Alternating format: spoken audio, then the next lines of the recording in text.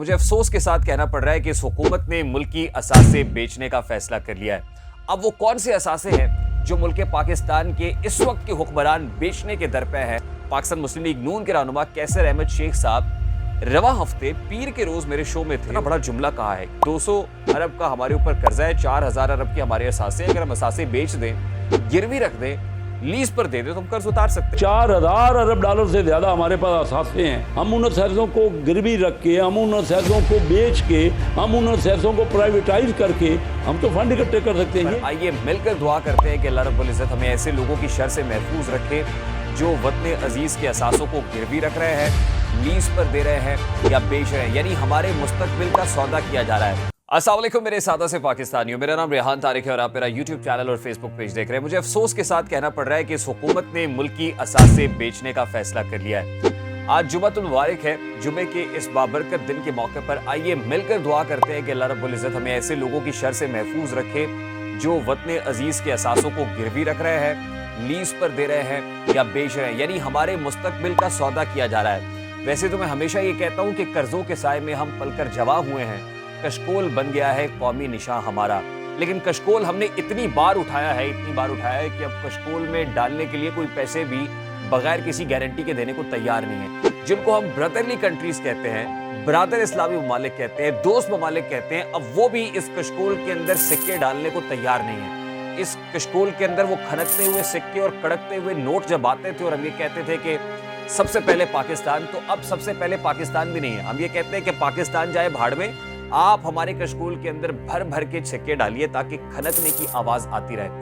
अब वो कौन से असासे हैं जो मुल्क पाकिस्तान के इस वक्त के हुक्मरान बेचने के दर पे है, मैं वो तमाम तर तफसीलात आपके सामने रखूंगा। खास तौर पे at this point in time जब हम श्रीलंका की बातें कर रहे हैं कि श्रीलंका डिफॉल्ट हो गया और श्रीलंकन पोर्ट चाइनीज गवर्नमेंट को दी गई, और फिर हम बार बार उसका हवाला भी देते हैं कि देखिए कि किस तरह चाइना ने उसको बेल आउट किया और डेट ट्रैप डिप्लोमेसी इस्तेमाल करते हुए चाइना डेमोग्राफिक शिफ्ट ला रहा है, ममालिक के ऊपर अपना तसल्लुत कायम कर रहा है, अपनी हुक्मरानी कायम कर रहा है। और मुझे हबीब जालिब के वो कलिमात फिर याद आते हैं कि चीन अपना यार है, इस पे जा निसार है, पर वहां जो है निजाम उस तरफ न जाइए, उसको दूर से सलाम। 10 करोड़ ये गधे जिनका नाम है अवाम, कब बनेंगे हुक्मरान। तो आज जिस वक्त हम अपनी पोर्ट कराची पोर्ट टर्मिनल को UAE United Arab Emirates Abu Dhabi port company के हवाले करने जा रहे हैं और सख्त और कड़ी शराइत पर हवाले करने जा रहे हैं, बगैर पूछ गछ के, ना लिखत पढ़त, ना रसीद, ना खाता, बगैर पूछ गछ के, थर्ड पार्टी ऑडिट के बगैर किसी कंसल्टेंट को अपॉइंट किए हुए, बगैर किसी कंपेटिटिव बिडिंग के प्रोसेस से गुजरे हुए, पता नहीं वो कंपनी किसकी है, उसके पीछे कौन है, उसका करता धरता कौन है। कल को जब इन्वेस्टिगेशंस हो तो पता चले कि इसी हुकूमत के इबा पर, इसी हुकूमत के लोगों के फ्रंट मैनों के नामों पर registered Abu Dhabi port company थी और उस कंपनी को हमने बगैर किसी कंपेटिटिव बिडिंग के, बगैर किसी कंसल्टेंट को अपॉइंट किए हुए, बगैर उसकी छान पटक किए हुए, थर्ड पार्टी ऑडिट किए हुए बगैर हमने उस पोर्ट को, जो कराची पोर्ट टर्मिनल है, जो हमारे लिए इंतहाई मुनाफा बख्श है, हमने उसको अबू धाबी पोर्ट कंपनी के हवाले कर दिया है, यूएई पोर्ट कंपनी के हवाले कर दिया है। देखिए, जिन पैसों के एवज हम ये पोर्ट यूएई के हवाले करने जा रहे हैं, वो पैसे इतने नहीं हैं कि हमारे मुल्क के कर्जे उतार सके।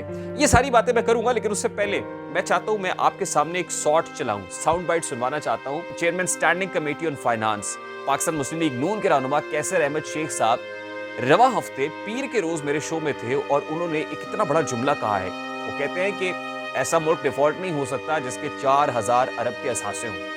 देखिए, 200 अरब का हमारे ऊपर कर्जा है, 4000 अरब के हमारे असासे, अगर हम असासे बेच दें, गिरवी रख दें, लीज पर दे दें तो हम कर्ज उतार सकते हैं। यानी कितना खूबसूरत फॉर्मूला दे रहे हैं कि हम असासे बेच दें, हम असासे बेच दें। इसका मतलब कल को जहां पे हम रह रहे हैं, आपने सुना होगा ना, पाकिस्तान तहरीक इंसाफ गवर्नमेंट के अंदर F9 पार्क को लीज पर देने का फैसला कर दिया गया था।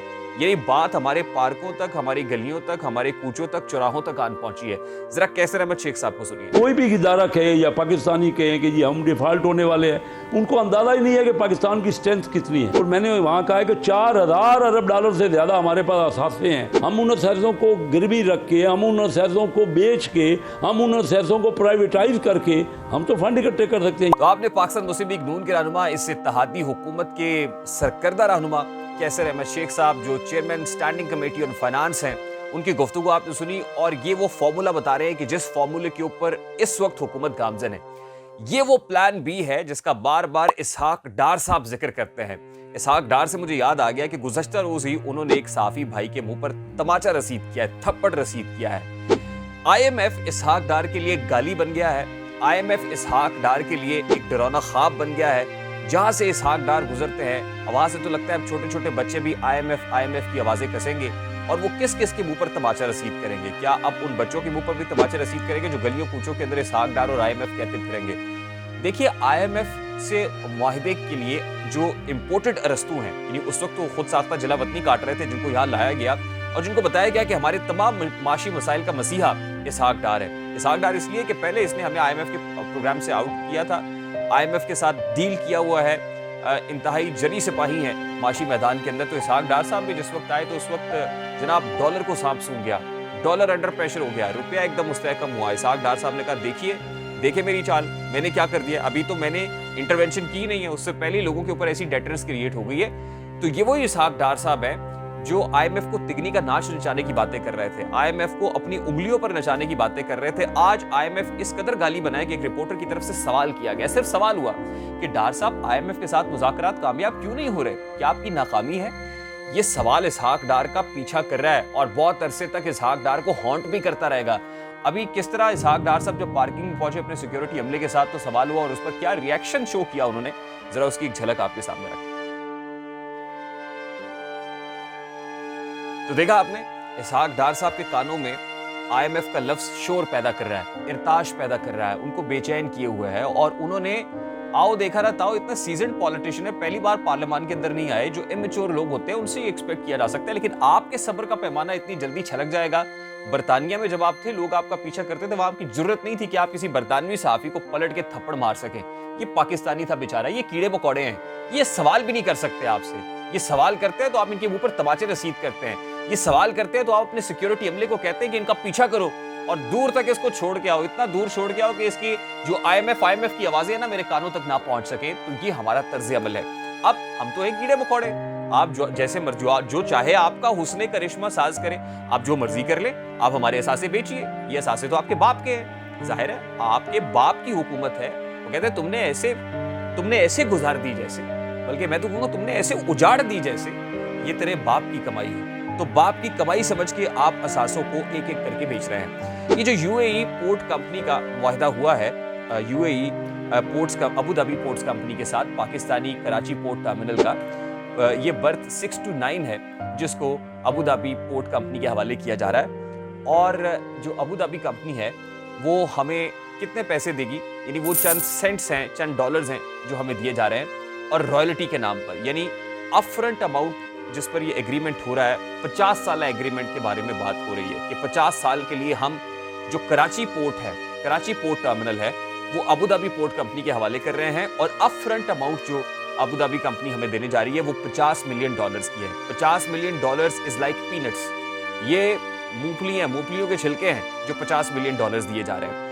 اس کے بعد یہ جو ٹریول کریں گی, جو برتھس کے حوالے سے ہے, وہ یہ ہے کہ یو اے کمپنی جو ہمیں ہے تقریباً $18 پر برتھ جو ہے وہ پے کریں گے رائلٹی کے نام پر, اور اس کے یہ برتھ رائلٹی ہے. اور دوسرا پر سکوئر میٹر کے اوپر, یہ جو کنٹینرز آتے ہیں اس کے پر سکوئر میٹر کے اوپر $3.21 جو ہے وہ پے کیے جائیں گے. اور پر اینم جو اماؤنٹ بنتی ہے وہ تقریباً $23 to $24 ملین بنتی ہے جو کراچی پورٹ ٹرسٹ کے حوالے کی جائے گی.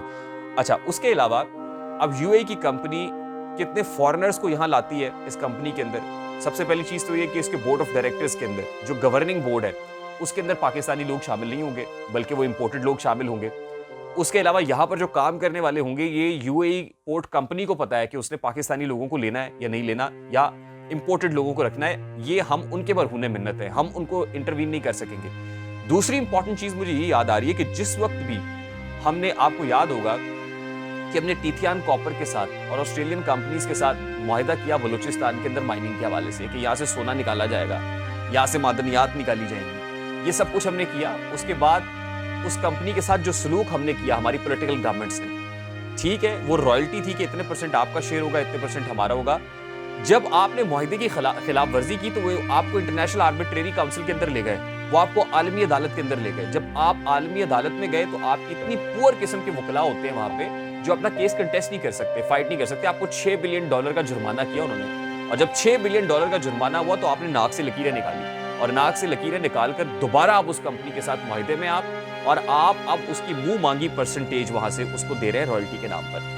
तो यहाँ पर जो भी एग्रीमेंट होता है, ठीक है, दुनिया करती है, लेकिन हम जब करते हैं ना तो हम अपने हाथ से वो जो एग्रीमेंट करते हैं लीज का, वो लीज नहीं होती, बल्कि हम समझ लीजिए कि ताहयात ही किसी को दे देते हैं, क्योंकि अल्टीमेटली ये सारे जो मामलात हैं वो आलमी अदालतों के अंदर चलते हैं, और आलमी अदालतों में मुकदमात लड़ने की पसली हमारे पास मौजूद नहीं है। उसके साथ साथ इसी हुकूमत ने जो रूजवेल्ट होटल है वो भी न्यूयॉर्क की म्यूनिसिपल कमेटी के हवाले, म्यूनिसिपल एडमिनिस्ट्रेशन के हवाले रूजवेल्ट होटल कर दिया है।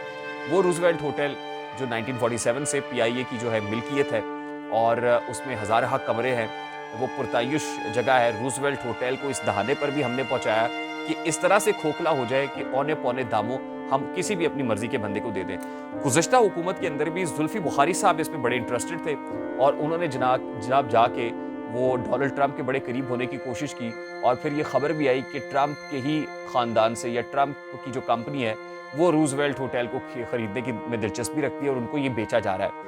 अब ये जो एग्रीमेंट्स हो रहे हैं वो किस कॉस्ट पे हो रहे हैं, किस लागत पे हो रहे हैं, किन टर्म्स एंड कंडीशंस पे हो रहे हैं। मेरा एक बुनियादी सवाल ये है कि इस हुकूमत के जाने में अब सिर्फ 2 महीने रह गए हैं। इतने बड़े बड़े कॉन्ट्रैक्ट्स और एग्रीमेंट्स जो ये हुकूमत कर रही है, क्या ये एग्रीमेंट्स करने की मजाज है? कल को जो भी आएगा वो अपनी सियासत बचाने के लिए अगर इन एग्रीमेंट्स को ओवरथ्रो करता है, यानी ये एग्रीमेंट्स की मुआहदे को खिलाफ वर्जी होती है, इसलिए कि जी वो तो साबका हुकूमतों ने किया हुआ था, तो जिस इंटरनेशनल बॉडी से आपने एग्रीमेंट किया है वो आपको छोड़ेंगे? आप यहाँ सियासत करेंगे, वो आपको ले जाएंगे आलमी अदालत के अंदर। जब आप उस आलमी अदालत के अंदर जाएंगे तो कल को पता चले कि हमारी कराची पोर्ट भी हमारे हाथ से निकल गई है, कल को पता चले कि रूजवेल्ट होटल जिसमें हमें बड़ा मान था कि हमारे एहसासे हैं वो भी हमारे हाथ से निकल गए हैं। हमारे एयरपोर्ट्स भी ऐसे हैं जो गिरवी रखे हुए हैं। स्टील मिल के बारे में अब बातें हो रही है कि स्टील मिल को भी जो है वो 5 साल लीज के ऊपर एक रशियन कंपनी के हवाले करने की बात हो रही है। 5 साल लीज पर रूस को देने का फैसला कर लिया गया है, ऐसी खबरें भी आ रही हैं। अभी ये खबरें मैं कंफर्म नहीं कर रहा, लेकिन एलिजिडली आप यूं कह लीजिए मुबैना तौर पर रूसी कंपनी को जो पाकिस्तान स्टील्स है वो 5 साल लीज पर देने का फैसला कर लिया गया है। अभी ये लिस्ट गोज ऑन, ये लिस्ट इतनी कम नहीं है, बल्कि इस लिस्ट के अंदर अभी बहुत सारे एसेट्स ऐड होने जा रहे हैं। जिस प्लान बी की बात की जा रही थी, उस प्लान बी की एक हल्की सी झलक मैंने आपको दे दी है कि अल्टीमेटली इस हुकूमत ने असासे घर के असासे पता कौन बेचता है? जो टीवी बेच देता है, फ्रिज बेच देता है, बेगम का जेवर बेच देता है, घर की अशिया बेच देता है, उसके बारे में कहते हैं यार इसको ना कहीं या तो जुए में हार गया है, पैसे हार गया है, या इसको ना नशे की लत लग गई है, नशा टूट रहा है, तो वो घर की चीज़ें बेचना शुरू कर देता है। एक दिन वो अपना आप भी बेच देता है, फिर गुर्दों तक आता है मामला, गुर्दे बेचने तक, बच्चे बेचने तक, पता नहीं क्या क्या। तो अल्लाह ना करे कि हम उस दहाने पर पहुंचे। मैं इस दुआ और इस उम्मीद के साथ, हम दुआ ही कर सकते हैं, हम दिल में ही बुरा जान सकते हैं, हम कह ही सकते हैं, हम कहते रहेंगे, दुआएं करते रहेंगे, दिल में लानत मलामत भी करते रहेंगे। मुझे रेहान तारिक को इजाज़त दीजिए, अपना बहुत सारा ख्याल रखिएगा। अस्सलाम वालेकुम।